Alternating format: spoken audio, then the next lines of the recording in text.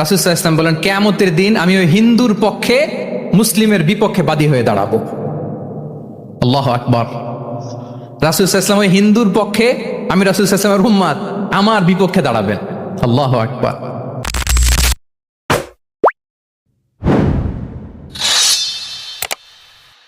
ইসলাম আমাদেরকে কমিউনাল হারমোনির কথা বলে, সাম্প্রদায়িক সম্প্রীতি।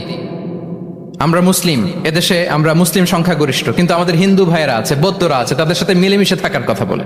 এবং রাসূল সাল্লাল্লাহু আলাইহি ওয়াসাল্লাম তো মদিনাতে যে তাই করেছেন, মদিনা চার্টার করেছেন। জুইশরা ছিল, পেগানরা ছিল, মুসলিমরা ছিল, সবাইকে নিয়ে তিনি মদিনা চার্টার করেছেন।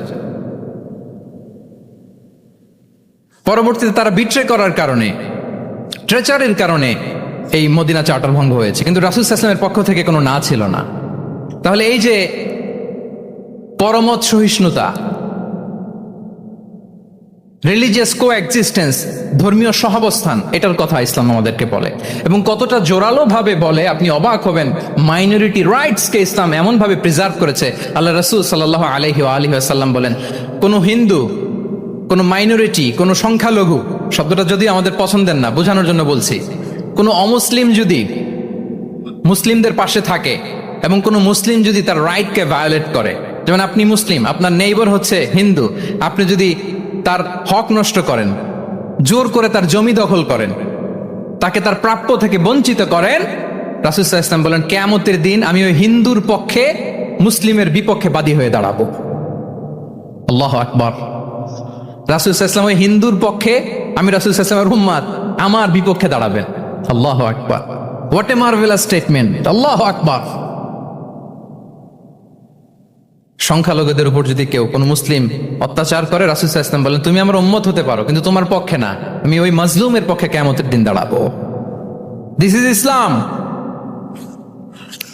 ইসলাম আমাদেরকে অন্য যে ফেইথ আছে, Islam teaches us to respect other faith. অন্যান্য যে ফেইথ গুলো আছে এগুলোর প্রতি শ্রদ্ধা দেখাতে বলে, সম্মান দেখাতে বলে। আল্লাহ তাআলা বলছেন, ওয়ালা তাসুব্বুল্লাযীনা ইয়াদউনা মিন দুনিল্লাহি ফায়াসুব্বুল্লাহা আদওয়ান বিগাইরি ইলম।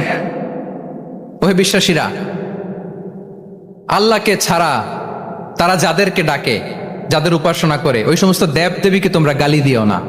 ফলে রাগান্বিত হয়ে অজ্ঞতাবশত তারা আল্লাহকে গালি দিবে। কথা বুঝতে পেরেছেন?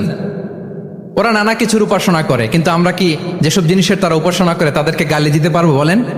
আল্লাহ স্পষ্ট করে বলেছেন, খবরদার তাদের দেবতাদের গালি দিও না, তাহলে ওরা আল্লাহকে গালি দিবে। তাহলে কেমন যেন আল্লাহকে গালি খাওয়ানোর কারণ হলাম কে? আমি। কেউ যদি অন্য ধর্মকে ছোট করে, সে মূলত ইসলামকে ছোট করে। আই রিপিট, আমি আবারও বলছি, যে অন্য ধর্মকে ছোট করে সে ইসলামকে ছোট করে। তাহলে অন্যান্য যে ফেইথ আছে এগুলোর ব্যাপারে আমাদেরকে শ্রদ্ধাশীল থাকতে বলেছে ইসলাম।